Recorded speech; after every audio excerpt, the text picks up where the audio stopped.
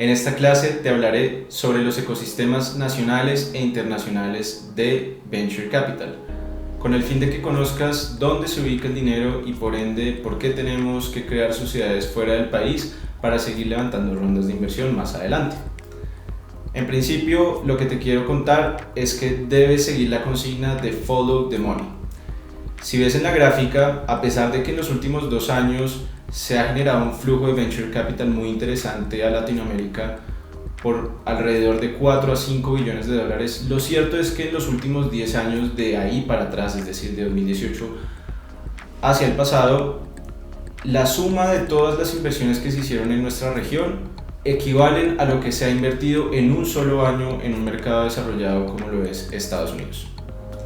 Así que, ¿esto qué significa? Significa que si nos vamos a ver la torta de dónde están repartidos estos cerca de 197 billones de dólares que te comentaba anteriormente, podremos ver que Latinoamérica solo tiene una participación del 1%,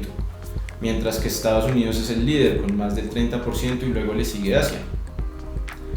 ¿Y todo este cuento para qué? Para reafirmar que a lo largo de la escalerita de rondas de inversión, cuando por lo general estamos pasando de nuestras rondas puente hacia la serie A o la serie B, donde se requieren inversiones de capital mucho más agresivas, lo más probable es que los recursos no se vayan a encontrar en Latinoamérica.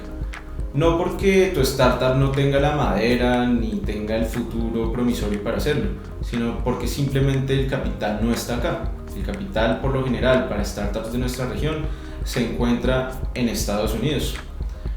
Y teniendo en cuenta que para ese tipo de etapa de la escalerita vas a tener que buscar un inversionista extranjero y también teniendo en cuenta que los ciclos de levantamiento suelen oscilar entre 3 a 6 meses en promedio,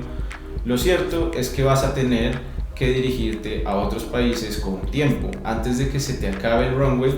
para buscar a ese inversionista extranjero que quiera entrar a invertir en tu startup.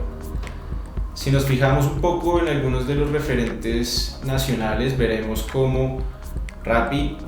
desde una de sus rondas más tempranas hacia la mitad de la escalerita, ya empezó a buscar mercados internacionales de inversión y bueno, desde hace ya varias rondas SoftBank, el fondo de inversión japonés más grande del mundo, está a bordo del cap table de esta compañía. O Laika, el marketplace de mascotas que te puede vender todo lo que necesites para tu mascota, en su serie A, donde tenía un levantamiento de 12 millones de dólares, fue a buscar fondos de inversión mexicanos y a, por ejemplo, el ex co-founder de Tinder, un extranjero, ángel inversionista. Kubo, con el fondo de inversión Arrebol, en su etapa pre-semilla, lo cual es bastante atípico, pero contando con un co-founder que ya había tenido éxito como lo es Brian York en Lifted, pudo levantar 2 millones de dólares,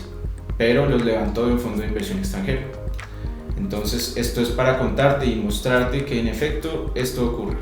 y que en cuanto empieces a levantar mayores rondas de inversión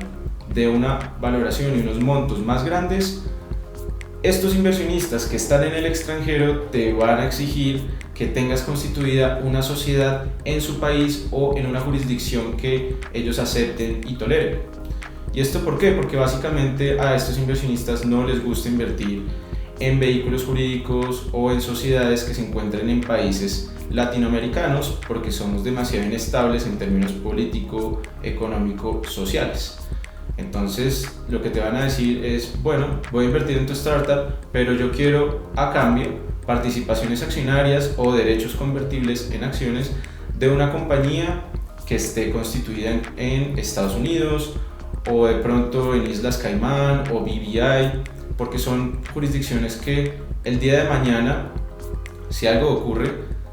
están construidas sobre leyes que conocen los inversionistas y sus abogados y además, si es necesario iniciar algún litigio, también sus abogados podrán hacerlo fácilmente. Más adelante veremos en otras clases cómo estructurar este tipo de holdings empresariales, en qué países, cuándo hacerlo, con qué figuras jurídicas.